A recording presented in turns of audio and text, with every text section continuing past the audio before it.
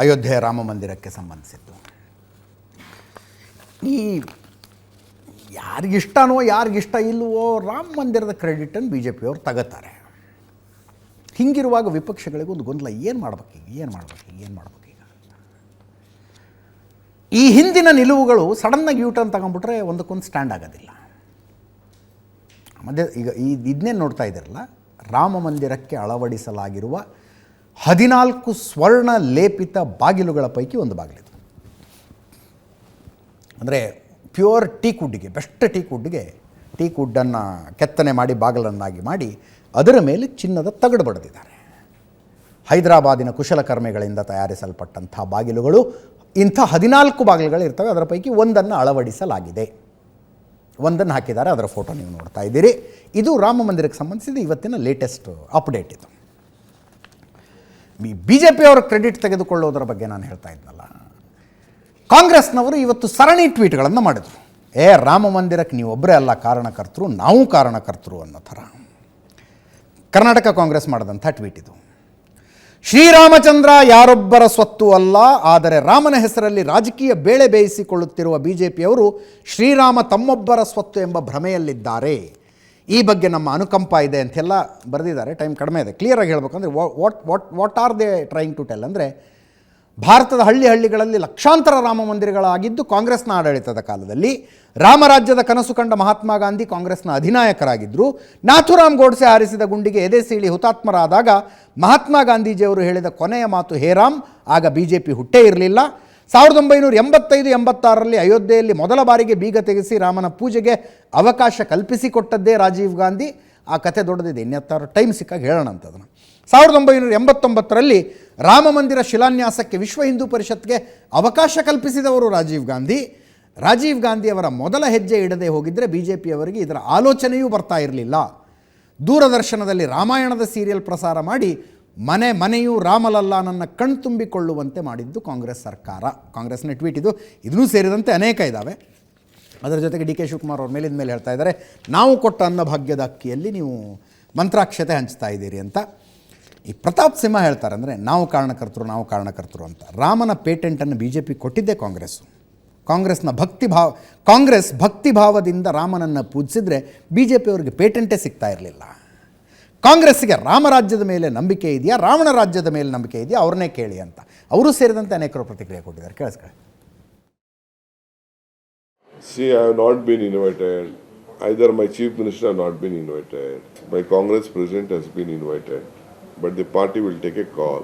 I am a Shiv, I am a Hindu, I am a Ram Bhakt, I am an Hanuman Bhakt. We all pray from here. See, we have kept all Shiva, Hanuman and here. All mandirs we have in ourselves, within our heart. Arshna is tamarind we grow.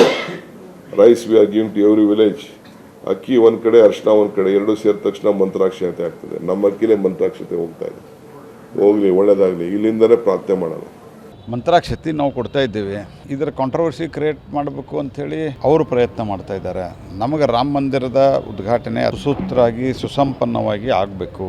ಆದರೆ ನಮ್ಮ ಅಕ್ಕಿ ತೊಗೊಂಡು ನಿಮ್ಮ ಅಕ್ಕಿಯಿಂದ ನೀವು ಕೊಟ್ಟಿರಲಿಲ್ಲಪ್ಪ, ಸುಳ್ಳು ಹೇಳೋರಿಗೆ ನಾಚಿಕೆ ಮಾನ ಮರ್ಯಾದೆ ಇರೋದಿಲ್ಲ. ಏನು ಬೇಕಾದ ಹೇಳ್ತಾರೆ.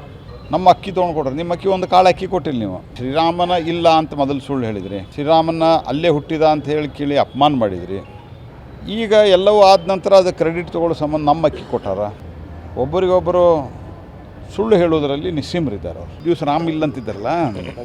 ಮಂತ್ರಾಕ್ಷತೆಯನ್ನ ಸ್ವೀಕರಿಸುವಂತಹ ಮನಸ್ಸೇ ಇಲ್ಲದಂತಹ ಕಾಂಗ್ರೆಸ್ನ ಕೈಗಳಿಗೆ ಮಂತ್ರಾಕ್ಷತೆಗೋಸ್ಕರ ಅಕ್ಕಿಯನ್ನ ಕೊಡುವಷ್ಟು ಉದಾರವಾದಂತ ಕೈಗಳಿದೆಯಾ ಅನ್ನೋದು. ಅದ್ರ ಜೊತೆಗೆ ಈ ಅಕ್ಷತೆ, ಮಂತ್ರ, ಗೋತ್ರ ಇದರಲ್ಲೇ ನಂಬಿಕೆ ಇಲ್ಲದೆ ಇದ್ದಂತ ಸಿದ್ದರಾಮಯ್ಯನವರು ಮಂತ್ರಾಕ್ಷತೆಗೋಸ್ಕರ ಅಕ್ಕಿ ಕೊಡ್ತಾರ. ಕಾಂಗ್ರೆಸ್ನವರಿಗೆ ಈ ರಾಮರಾಜ್ಯದಲ್ಲಿ, ಗಾಂಧೀಜಿಯವರ ರಾಮರಾಜ್ಯದಲ್ಲಿ ನಂಬಿಕೆ ಇಲ್ಲ. ಅವರು ರಾಮರಾಜ್ಯದಲ್ಲಿ ನಂಬಿಕೆ ಇಟ್ಟಿದ್ದಾರೋ ರಾವಣನ ರಾಜ್ಯದಲ್ಲಿ ನಂಬಿಕೆ ಇಟ್ಟಿದ್ದಾರೋ ಅದನ್ನ ಅವರೇ ತೀರ್ಮಾನವನ್ನು ಮಾಡ್ತಾರೆ. ರಾಮನ ಅಸ್ತಿತ್ವ ಇದೆ ಅಂತ ಹೇಳ್ಬಿಟ್ಟು ಸುಪ್ರೀಂ ಕೋರ್ಟಿಗೆ ಅದು ರಾಮ ಸೇತು ಅಂತ ಹೇಳಿ ಅಫಿಡವಿಟ್ ಕೊಟ್ಟಿದ್ರೆ ಪೇಟೆಂಟ್ ಅವರೇ ತಗೊಳ್ಬೋದಿತ್ತು. ಬಿಜೆಪಿ ಅವ್ರಿಗೆ ಏನು ಪೇಟೆಂಟ್ ಕೊಟ್ಟಿಲ್ಲಲ್ವಾ? ನೀವು ಬನ್ನಿ ಪೂಜೆಗೆ, ನೀವು ಕೊಡಿದ್ದೇಣಿಗೆ ನಾ ಕೊಡಲ್ಲ ಅಂತ ಹೇಳ್ತಾರೆ. ಕೊಡಲ್ಲ ಅಂದವರು ಪೇಟೆಂಟ್ ನಮಗೆ ಅವರೇ ಕೊಡ್ತಾ ಇದ್ದಾರೆ. 22ಕ್ಕೆ ಹೊಸ ದೇವಸ್ಥಾನದ ಉದ್ಘಾಟನೆ. ನಮ್ಮ ಮುಜರಾಯಿ ಇಲಾಖೆಗೆ ವ್ಯಾಪ್ತಿಗೆ ಒಳಪಟ್ಟಿರ್ತಕ್ಕಂಥ ಎಲ್ಲ ದೇವಸ್ಥಾನಗಳಲ್ಲೂ ಕೂಡ ಅವತ್ತು ವಿಶೇಷ ಪೂಜೆ ಮಾಡಿ ಅಂತೇಳಿ ನಿರ್ದೇಶನ ಕೊಟ್ಟಿದ್ದೆ. ಯಾಕಂದರೆ ಶ್ರೀರಾಮ ಒಬ್ಬ ಆದರ್ಶ ಪುರುಷ.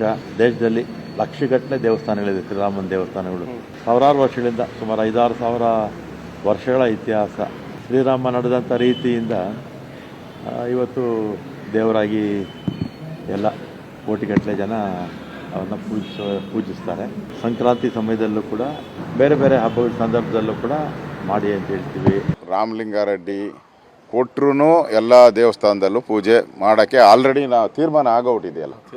ಅವರು ಮುಜರಾಯಿ ದೇವಸ್ಥಾನ ಹೇಳ್ತಾ ಇದ್ದಾರೆ. ಕರ್ನಾಟಕದಲ್ಲಿರುವಂಥ ಸಣ್ಣ ದೇವಸ್ಥಾನದಿಂದ ಹಿಡಿದು ದೊಡ್ಡ ದೇವಸ್ಥಾನದಲ್ಲಿ ಈಗಾಗಲೇ BJP ಕರೆ ಕೊಟ್ಟಿದೆ. ಅಲ್ಲೆಲ್ಲ ಪೂಜೆ ಆಗೋವಂಥದ್ದಕ್ಕೆ ವ್ಯವಸ್ಥೆ, ಅಲ್ಲೇ ಅಕ್ಷತೆ ಕೊಡ್ತಾ ಇದ್ದೀರಿ. ಈ ಸರ್ಕಾರ